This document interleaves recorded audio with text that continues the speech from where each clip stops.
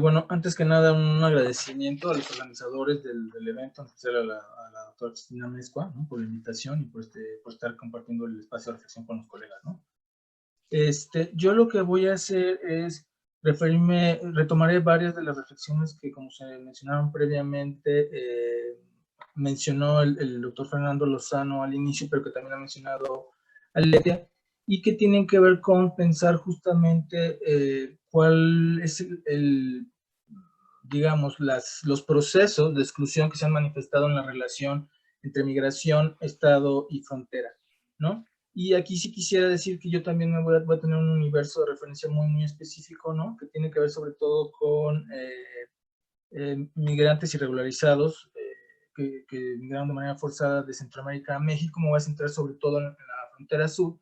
Y aquí sí quisiera decir que lo que intentaré hacer es justamente un ejercicio comparativo, es decir, ver cuáles son algunos de los procesos que se presentaban de manera previa al contexto de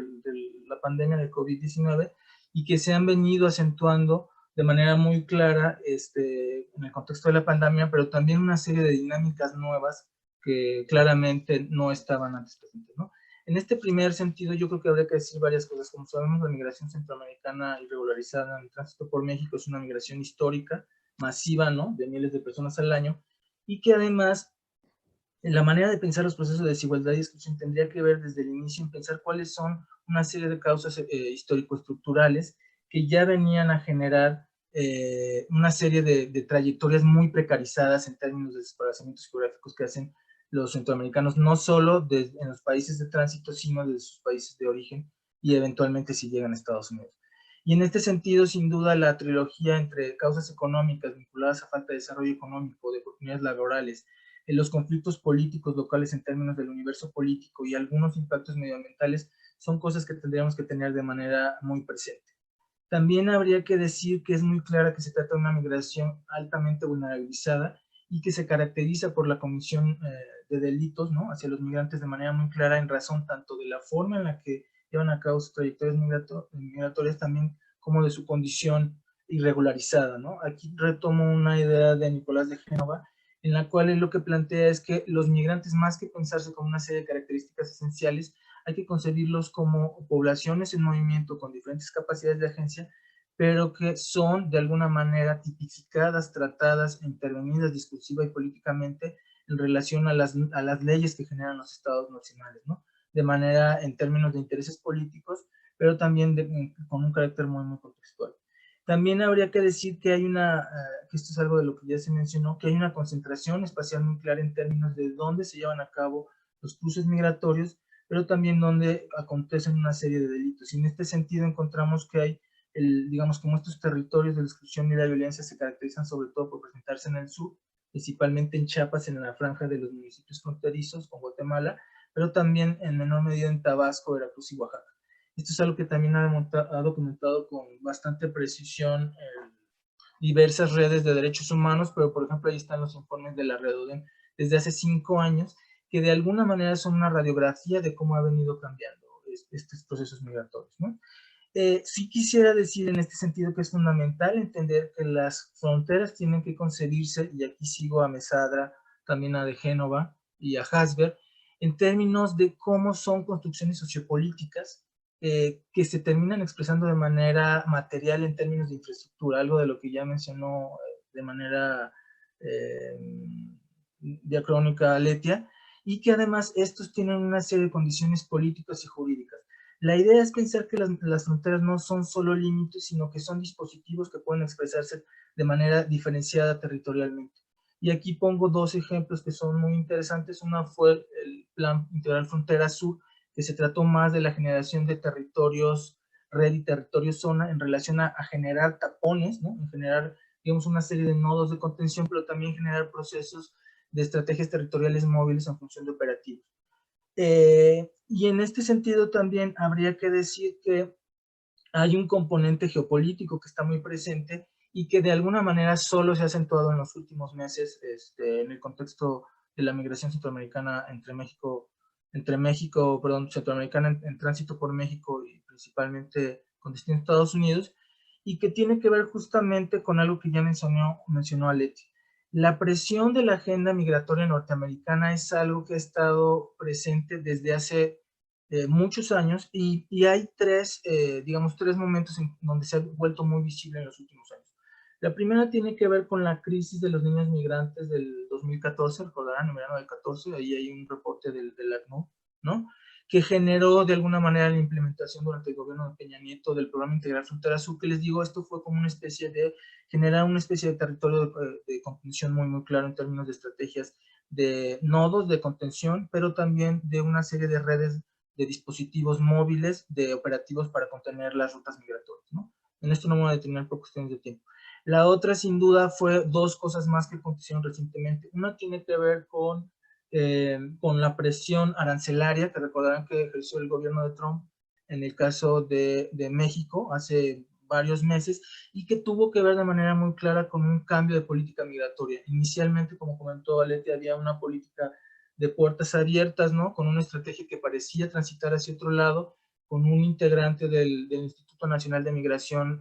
digamos, de un sector específico de la academia, y pronto vimos que hubo un viraje. Este viraje sí me parece que tiene que ser leído en términos geopolíticos porque, como veremos, hay una línea histórica de continuidad y que además va a tener sus dos corolarios en términos del MPP, del programa Quédate en México, que si se fijan fue consolidar a México como un país de contención, es decir, cierra su frontera sur, tienes población en movimiento que va a quedar en un impasse, sobre todo en el caso del COVID, y cierras frontera norte, también con el programa MPP. Y aquí sí quisiera decir también que recordarán que, y este es digamos como el segundo eje, mucha de la política regional en términos de México, pero también de Centroamérica, estuvo marcada por algo que mencionó Aletia previamente y que tenía que ver con cómo leía Estados Unidos a las poblaciones migrantes ahora en términos del uso político de la pandemia como probables agentes que contaminarían, ¿no? Pero repito, aquí sí hay que tener una lectura diacrónica de procesos que se acumulan porque si no, no entendemos justamente cómo se operan estos procesos de regímenes de externalización de fronteras que se presentan, si se fijan, de manera muy clara como una réplica. Primero México y luego sobre todo los países del Triángulo Norte de Centroamérica. Y esto sí es importante porque de facto lo que termina pasando es que estos países terminan funcionando como dispositivos de contención migratoria. Esta serie de escenarios que ya estaban presentes desde antes, y se fijan, se van a agudizar en términos de lo que está aconteciendo con la pandemia. Y aquí sí quisiera ser muy claro, porque si bien lo que encontramos fue que en 2018, 2019, sobre todo al principio, encontramos un incremento monumental en términos de los volúmenes demográficos, bueno, de acuerdo a lo que dicen ciertos especialistas como Rodríguez en el College y otros colegas, observamos que a partir de la política de contención migratoria, sobre todo el envío de la Guardia Nacional, pero también del MPP, etcétera, esto empieza a disminuir, ¿no? Pero que ya tenía un resultado dramático y drástico. Son 60,000 migrantes en la frontera norte de México, en distintas ciudades, ¿no? Y que en el caso de la pandemia, como decía en un inicio Aletia, se generó un proceso de inmovilidad importante, donde estas poblaciones solo vieron precarizadas sus condiciones de vida. Porque aquí sí hay que decirlo, y esto va más desde una lectura de la migración en términos de la economía política y en relación a las condiciones de los migrantes, las condiciones materiales de los migrantes cuando llevan a cabo sus trayectorias migratorias, es que antes había una serie de estrategias muy efímeras y temporales en términos de tener trabajos temporales y de generar pequeños procesos de desplazamiento que les permitían poco a poco ir consiguiendo sus objetivos en términos de las trayectorias migratorias que deseaban, ¿no? La estrategia esta que mencionaba, de tener trabajos temporales, es una estrategia que se ha visto claramente mermada desde que empezó la emergencia sanitaria, tanto en México, pero también en otros países de la región de Centroamérica y en Estados Unidos, y que además viene a contrastar de manera muy clara con el claro proceso de movilidad y agencia política que significaron las caravanas, sobre todo a finales del 18 y principios del 19, ¿no? Entonces, en este sentido, encontramos que una serie de riesgos y de vulnerabilidades que eran expresiones de la desigualdad en términos de migraciones irregularizadas, solo se vienen a incrementar, ¿no? De esto ha dado sobre todo cuenta, como también mencionaba Aletia, el trabajo muy importante y valioso de las ONGs, que de alguna manera son los que han estado ahí registrando esto. Remito solo el trabajo de la Redodem, pero hay muchos otros donde ha habido un registro más o menos sistemático de cómo ha acontecido esto, pero también donde ha habido un proceso muy importante de cómo la ayuda humanitaria y todas estas estrategias de solidaridad y apoyo también han visto una serie de cambios importantes. La primera de ellas, habría que decir, es que se ha continuado con las labores de apoyo y de solidaridad, de asesoría en múltiples rubros, ¿no? Jurídica, médica, etcétera, de manera muy limitada. Esto tiene que ver sobre todo con la cuestión de las nuevas normas de orden social e higiénico que impone la contingencia del COVID. Y si bien hay una continuidad en términos de que se han llevado a cabo todavía estas acciones, sí hay una ruptura fundamental en términos del volumen que esto representaba, ¿no? La segunda tiene que ver con, no ha mejorado de ninguna manera las condiciones en las que estos albergues operaban en términos de digamos, del tratamiento material y del apoyo que daban a los migrantes en términos de hospedaje, etcétera. Al revés, esto se ha incrementado, digamos, se ha deteriorado mucho, sobre todo en términos de lo que dijeron varios albergues de la frontera sur, en relación a que digamos, los dispositivos, protocolos, lineamientos sanitarios que habría que seguir en el contexto de pandemia, solo pueden ser cumplidos de manera puntual y específica por muy pocos albergues. Y esto tenía que ver también con una especie de condición de rebasamiento que ya se había venido presentando desde los últimos años, ¿no? Y aquí las estrategias han sido diversas, pero sí encontramos un escenario claramente, pues digamos, de deterioro de estas condiciones de apoyo a los migrantes. Y la tercera cosa que habría que decir, que esto es importante, es que también notamos un proceso de criminalización que se ha venido acentuando, ya estaba presente, pero se ha venido acentuando, en términos de cuáles son los procesos de defensa de los derechos humanos y cómo estos se han visto estigmatizados, ¿no? Esto es una condición que ya se había venido observando y que fue corolario también de este cambio de política migratoria, ¿no? Sobre todo en relación a la agenda política norteamericana migratoria, y que ahora se vio exacerbada de manera muy clara, ¿no? Aquí sí habría que decir que va a ser digamos, un escenario fundamental pensar cuáles van a ser ahora los nuevos cambios de política migratoria, sobre todo en el escenario que se perfila de Biden tomando posesión del gobierno norteamericano pues, digamos, en un par de semanas, ¿no? Bueno, pero la pandemia queda para rato. Y en ese sentido, creo que me quedan 2 minutos y medio, entonces me gustaría ir cerrando, ¿no? Lo que habría que decir es que sin duda más que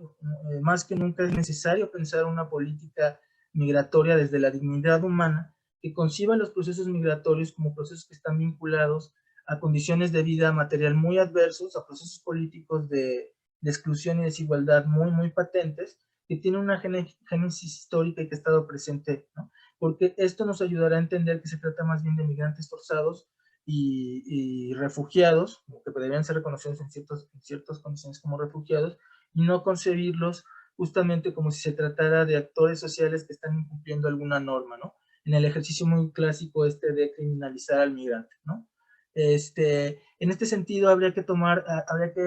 tener 5 lecturas básicas que me parecen fundamentales. La primera, es necesario un cambio drástico en términos de cómo estamos leyendo los procesos de producción de políticas migratorias en las diversas escalas del Estado-Nación, y no solo desde las agendas oficiales y los discursos digamos, oficiales también, sino desde las prácticas de facto que se tienen en los diversos organismos que se encargan de esto, por ejemplo, el Instituto Nacional de Migración y otras instituciones del gobierno. La segunda es, queda claro que los procesos de securitización de fronteras, enfocados sobre todo a las dinámicas de contención y criminalización, no pueden tener una mancuerna positiva en términos del respeto a la dignidad humana. Me queda un minuto, voy cerrando. Y por otro lado, que esto nos llevaría a reconocer las causas estructurales de la migración como detonantes de procesos de exclusión y violencia que terminan teniendo expresiones territoriales mucho más allá de los confines de los estados nacionales. Terminaría diciendo entonces que es necesario tener perspectivas integrales, ¿no? En donde no solo se reconozca a los migrantes como sujetos sociales, individuos merecedores de los derechos humanos y de capacidad de agencia social, sino también como sujetos que se ven envueltos en perspectivas en términos de cómo se expresan local, estatal, nacional y regionalmente estos procesos de vulneración a sus derechos. Habría que, y cierro con 3 puntos, garantizar de alguna manera el respeto a los derechos humanos, evitar las acciones punitivas y de contención, ¿no? Generar procesos de diálogo, y finalmente abordar las situaciones críticas de estas políticas. Por ejemplo, qué va a pasar con todos los efectos del programa Quédate en México. Y concluiría con esto para no extenderme, ceñirme al tiempo. Bueno, muchas gracias, Guillermo. Muy interesante toda la exposición del panorama de